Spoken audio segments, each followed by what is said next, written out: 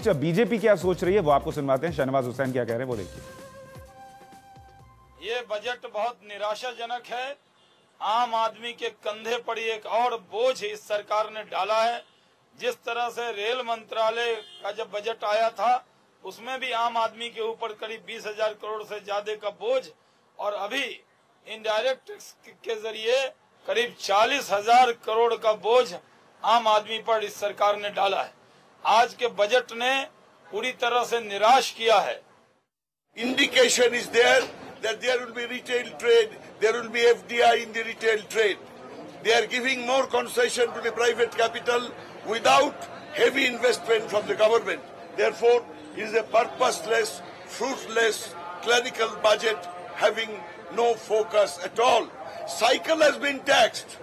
So, ये budget का जो फिस्कल डेफिसिट को कंट्रोल करने के नाम पर आम जनता के ऊपर और आर्थिक बोझ थोपना वो तरीका नहीं है फिस्कल डेफिसिट को घटाने के लिए। तरीका ये है कि डायरेक्ट टैक्सेस जो है उसके आधार पर जिनके हाथ में साधन है उनके ऊपर आप थोड़ा और बोझ डालते। बट ओवरऑल जो है ये बजट बहुत डल रहा, ओवरऑल ये बजट बहुत कंफ्यूजिंग रहा। ओवरऑल ये बजट माना जा रहा है कि एंटी पीपल है, यानी एंटी पुअर पीपल और anti common people. Anti poor और एंटी कॉमन पीपल ये बजट बता रहा है। बीजेपी, लेफ्ट, तमाम इस तरीके के रिएक्शन आ रहे हैं। इस वक्त इस बजट पर जो उद्योग जगत है वो क्या सोच रहा है उसके रिएक्शन भी हम आप तक पहुंचाएंगे, लेकिन इस वक्त रुक कर रहा हूं बीजेपी के नेता संतोष बागडोडिया का, जो इस वक्त हमारे साथ जुड़ रहे हैं। संतोष जी, बहुत स्वागत है आपका एनडीटीवी पर। पहला रिएक्शन तो हम आपकी पार्टी का सुन चुके हैं, लेकिन कहां आपको ऐसा लगा कि यह बजट आम आदमी के खिलाफ चला गया है?